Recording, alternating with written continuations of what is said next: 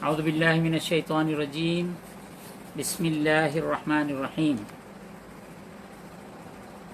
मैं professor doctor Syed Mohammed Tanveeruddin Khudanumai, former head of the department of Persian Osmania university और director Madrasa Sufiya, जो 1913 में कायम हुआ था, उसका मैं डायरेक्टर की हैसियत से आपसे मुखातिब हूँ। आज का जो हमारा मौजू है, सबसे अहम मौजू है। इस वक्त हिंदुस्तान में टिड्डी दल का हमला हो चुका है हिंदुस्तान पर। कई रियासतें, एक कल की खबर है, महाराष्ट्र, उत्तर प्रदेश, पंजाब, राजस्थान, गुजरात, मध्य प्रदेश और हरियाणा मुतासिर हो चुके हैं। आज के अखबार के मुताबिक हमारे तेलंगाना के चीफ मिनिस्टर साहब भी मीटिंग्स कर रहे हैं और ये टिड्डी का हमला तेलंगाना पे भी हो चुका है। रात में कल आ चुका है। कर्नाटक में गुलबर्गा और बीदर पे भी हमले की इत्तलात आ रही हैं। मैं तनवीरुद्दीन इसी सिलसिले में बात कर रहा हूँ कि इसका क्या हल है।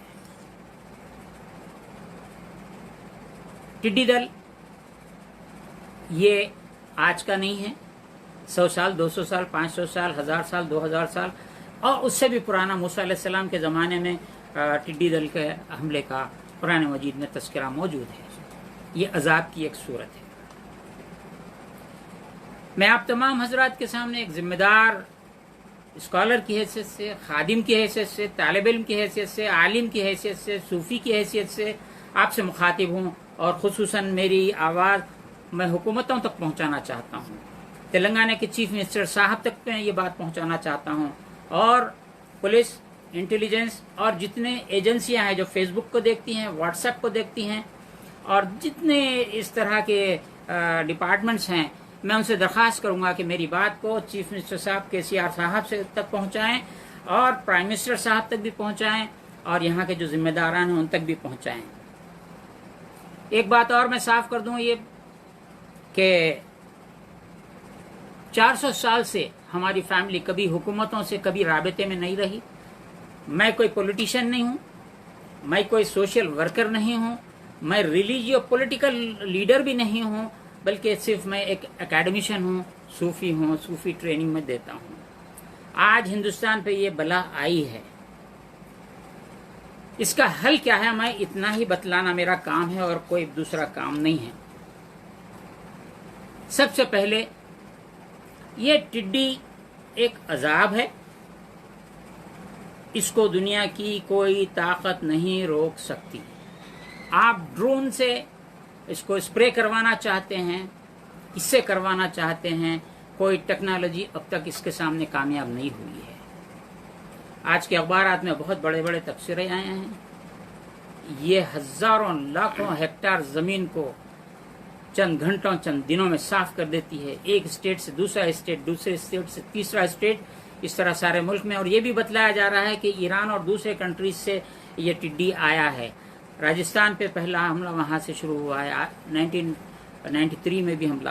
बहर कैफ हमको इसमें जाना नहीं। ये है क्या, इसका हल क्या है? कुरान मजीद में आया है, मूसा अलैहिस्सलाम के ज़माने का तज़किरा है, फ़अरसलना अलैहिम तूफ़ाना वल जरादा वल क़ुम्मला वज़्ज़फ़ादिया वद्दम आयाति मुफ़स्सलात फ़स्तकबरू वकानु क़ौमन मुजरिमीन। ये सूरह आराफ की आयत 137 है, पारा 9 है। अल्लाह ताला फरमा रहा है, हमने उन पर भेजा तूफान, साइक्लोन, फिर टिड्डी। आप अपने सीक्वेंस को यहाँ पे गौर से सुन लीजिए कि बंगाल में साइक्लोन आया है, अभी संभला भी नहीं है वहां से। अब टिड्डी आ गया है। टिड्डी खड़ी फसलों को खा जाता है और वो तबाह कर रहा है। खड़ी फसलें ये मौसम में कट चुकी हैं, लेकिन जो कुछ भी बाकी हैं वो भी खा जाएगा। तरकारियों को, सब्जियों को भी साफ कर देगा। ये दूसरा स्टेज है। कुरान मजीद तीसरा स्टेज फरमा रहा है। तीसरा स्टेज क्या है? जब ये फसलों को तबाह टिड्डी कर देगा तो तीसरा अजाब आएगा, जो स्टोर है आपके पास, स्टॉक है आपके पास। फूड कॉर्पोरेशन ऑफ इंडिया जो कह रहा है हमारे पास 7 साल का अनाज है, 8 साल का अनाज है, हम खिला सकते हैं, हमको परवाह नहीं है। कोरोना से मुतासिर जो चल रहे थे बोल रहे थे हमारे पास बहुत अनाज है। कुरान फरमा रहा है वल क़ुम्मल, یہ جون اس کو کہا جاتا ہے، اور اس کو وہ کیڑا ہے جو اناج کو کھاتا ہے، جو اسٹاک اناج ہے اس کو یہ کھا جاتا ہے. یہ تھرڈ اسٹیج ہے. مینڈک کا عذاب، خون کا عذاب، یہ موسیٰ علیہ السلام کی قوم پہ یہ آیا تھا. تو یہ 3 باتیں ہیں. میں نے 22 مارچ 2020 جب پہلا دن جنتا کرفیو تھا، کورونا کو ڈیفیٹ دینے کے لیے، کورونا کو بھگانے کے لیے، اس ایپیڈیمک سچویشن کو ختم کرنے کے لیے، یہ وبا کو ختم کرنے کے لیے اذان دینے کے 7 اذانوں کا میں نے تذکرہ کیا تھا. اور اسی وقت یہ ٹڈی کے دل کا بھی میں نے تذکرہ کر دیا تھا. آپ پورے لنکس ہم اس میں دے چکے ہیں، آپ لنکس کو دیکھ سکتے ہیں. اب بتلانا یہ چاہتے ہیں ہم، اذان جو آپ 5 وقت اذان فجر، ظہر، عصر، مغرب، عشاء میں آپ اذان سنتے ہیں، یہ اذان وہ ہتھیار ہے ہمارا کہ آپ زلزلہ آ جائے، نیند میں سے اٹھ کے اذان شروع کر دیجیے. وضو پہ سوچنے کی ضرورت نہیں ہے. زلزلہ ایک آدمی بھی اگر تو رک جائے گا. سیلاب، سائیکلون آ جائے، سائیکلون ٹل جائے گا. 2009 میں جب کرنول میں طوفان آیا تھا، چھتوں پہ پانی چڑھ گیا تھا. مجھ سے کانٹیکٹ جب ہی کیا گیا دن میں 2 بجے، ٹیلی فونی کانٹیکٹ پہ ہم بات کیے تو 12 سال کا بچہ فون اٹھایا. ہم اذان کے لیے ہم نے کہہ دیا، چھتوں پہ اذان دینے لگے. 2 بجے اذان شروع ہوئے، 5 بجے زمین نظر آنے لگی، پانی ختم، پورا ختم ہو چکا. سونامی آ جائے، سیلاب آ جائے، ایک آدمی کھڑے رہ کر اذان دینا شروع کرے، ختم ہو جائے گا. اب جو ٹڈی دل کا عذاب ہے، آپ کوئی ایک آدمی، 2 آدمی، 5 آدمی، 10 آدمی، کھیت کا مالک ہو نہ ہو، راستہ چلنے والا ہو، اذان دینا شروع کرے، ٹڈی ختم ہو جائے گا. سبحان اللہ. میں اذان سے متعلق بہت کچھ میں نے اس سے پہلے بھی کہا ہے. سیلاب آ جائے، رک جائے گا. سونامی شروع ہو رہی ہے، آپ ایک آدمی کھڑے رہ کے اذان دینا شروع کرے، سونامی رک جائے گی. زلزلہ رک جائے گا. اب جو طوفان آ چکا بنگال میں، طوفان کو طوفان سمجھیے، یہ عذاب کی صورت ہے. ہم نے بھیجا، اللہ فرمایا ہم نے طوفان بھیجا، ہم نے ٹڈی بھیجا، ہم تمہارے اسٹاک کو کھانے والے کیڑوں کو بھیجیں گے. اللہ سے بغاوت کرنے کی یہی سزا ہوتی ہے. وہ حکومتوں کی طرف سے ہے، عوام کی طرف سے ہے، کس کی طرف سے بغاوت ہے ہم نہیں جانتے ہیں، آپ ہم سے زیادہ بہتر جانتے ہیں. اب اس کے بعد آنے والا موسم بارش کا موسم ہے. عذاب کی ایک اور صورت ہو سکتی ہے، شدید بارش ہو جائے، آبادیوں کی آبادیاں صاف ہو جائیں گی. یہ بھی عذاب کی صورت ہوتی ہے. اسی عذاب کی ایک صورت یہ ہو سکتی ہے کہ سوکھا پڑ جائے، بارش ہی نہ ہو، قحط پڑ جائے. تو بارش زیادہ ہونے کی صورت میں اذان کھلے صحن میں ٹھہر کر، میدان میں ٹھہر کر، چھت پر ٹھہر کر اذان دینا شروع کیجئے تو بارش رک جائے گی.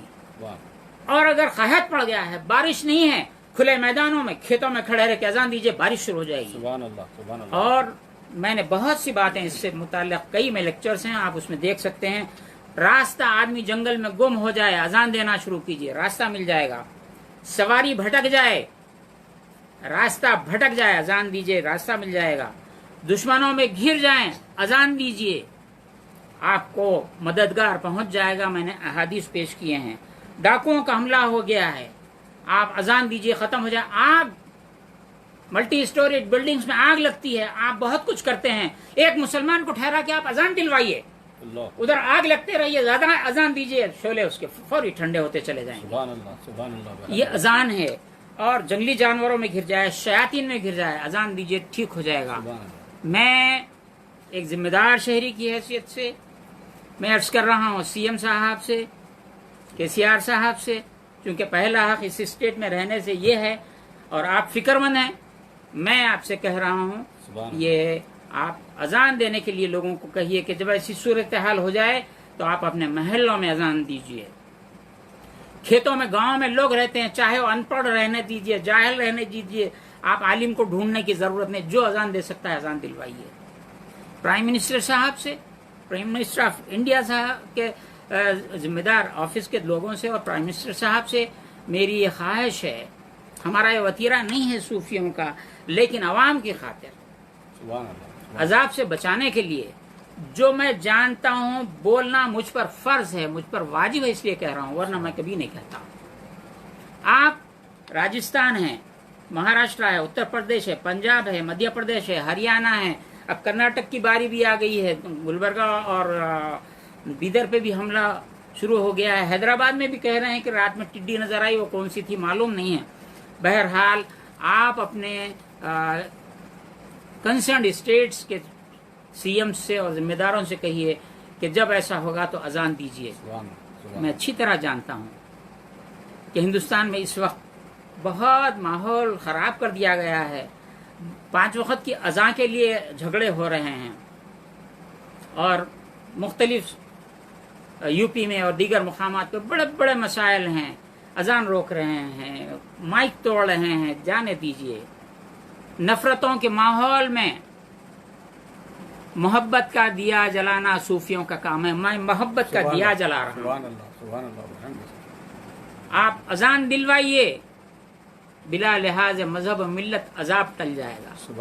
अगर आप चाहते हैं कि अवाम का भला हो तो अजान दिलवा दीजिए।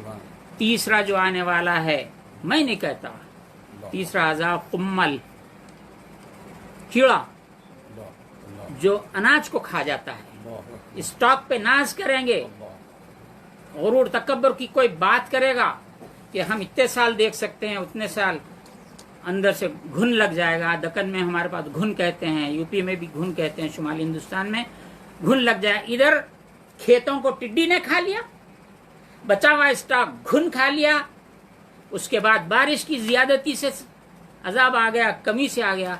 इन चीजों से निमटने के लिए अजान देना है, मुसलसिल 7 अजान दें तो बहुत बेहतर है। कोरोना से मुताल्लिक़ मैंने बारहा, जिस दिन 22 मार्च को शबे मेराज थी, मैंने अपील की सारे हिंदुस्तान के मुख्तलिफ इलाकों में। अगरचे कि मेरा वीडियो 400-500-600 आदमी ने देखा, लेकिन उन्होंने लाखों की तादाद में फैला दिया।